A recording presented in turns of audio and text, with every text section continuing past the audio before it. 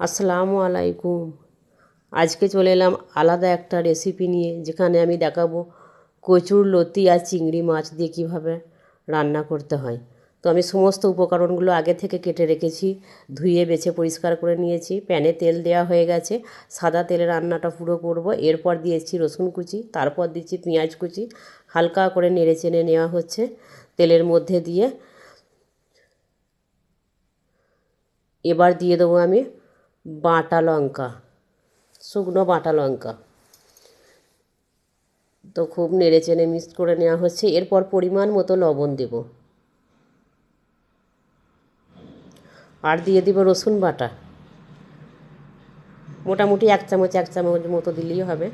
এবার দিয়ে দেবো আদা বাটা। এবার বেশ কিছুক্ষণ নাড়িয়ে নেওয়া হলো। এরপর সামান্য একটু জল দিয়ে দেব। এরপর দেওয়া হবে জিরা গুঁড়ো, এরপর দেওয়া হচ্ছে হলুদ গুঁড়ো, আর দেওয়া হচ্ছে ধনে গুঁড়ো। সমস্ত মশলার উপকরণগুলো দেওয়া হয়ে গেল। এবার হালকা করে নেড়ে চেড়ে নেওয়ার পালা। এবার দিয়ে দেবো 1 কাপ ধুয়ে বেছে পরিষ্কার করে রাখা চিংড়ি মাছগুলো। এবার হালকা করে নেড়ে চেড়ে নেওয়া হলো। নেড়ে চেড়ে একেবারে খুব সুন্দর হয়ে গেল। এরপর পরিষ্কার করে রাখা কচুর লতিগুলো আস্তে আস্তে ঢেলে দেব।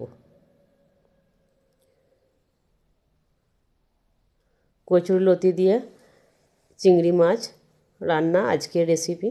এবার ঢাকনা দিয়ে রেখে দেব কয়েক সেকেন্ডের অপেক্ষা, কিছুক্ষণের অপেক্ষা, একটু ভাপতে। কচুর লতিগুলোতে একটু ভাপতে টাইম লাগবে। এবার আর একটু নেড়ে চেড়ে নেওয়ার পালা, ঢাকনা খুলে। এরপর দিয়ে দেবো একটু নারকেল বাটা। চিংড়ি মাছের নারকেল বাটা না দিলে সেরকম স্বাদ হয় না, এটা অসাধারণ স্বাদ আসে। তো নারকেল বাটাটা মিক্সড করা হয়ে গেল। এবার ভাপানোর জন্য আর একবার ঢাকনা দেওয়া হয়ে গেল।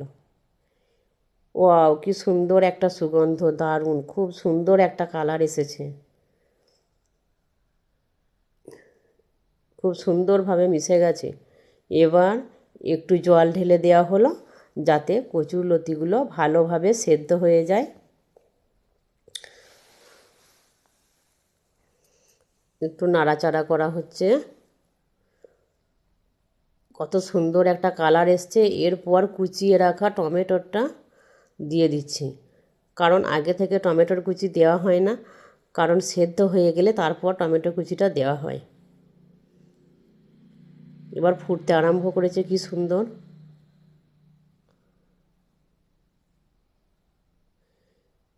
এরপর কয়েকটা কাঁচা লঙ্কা দেওয়া হচ্ছে স্বাদ মতো।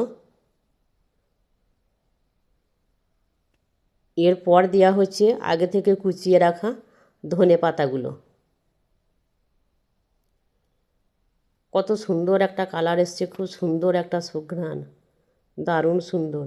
তো আজকে কেমন হলো আমার চিংড়ি মাছ দিয়ে কচুর লতি রান্না। তো আমার ভিডিও যদি ভালো লাগে অবশ্যই লাইক কমেন্ট করে চ্যানেলটি সাবস্ক্রাইব করে পাশে থাকবেন।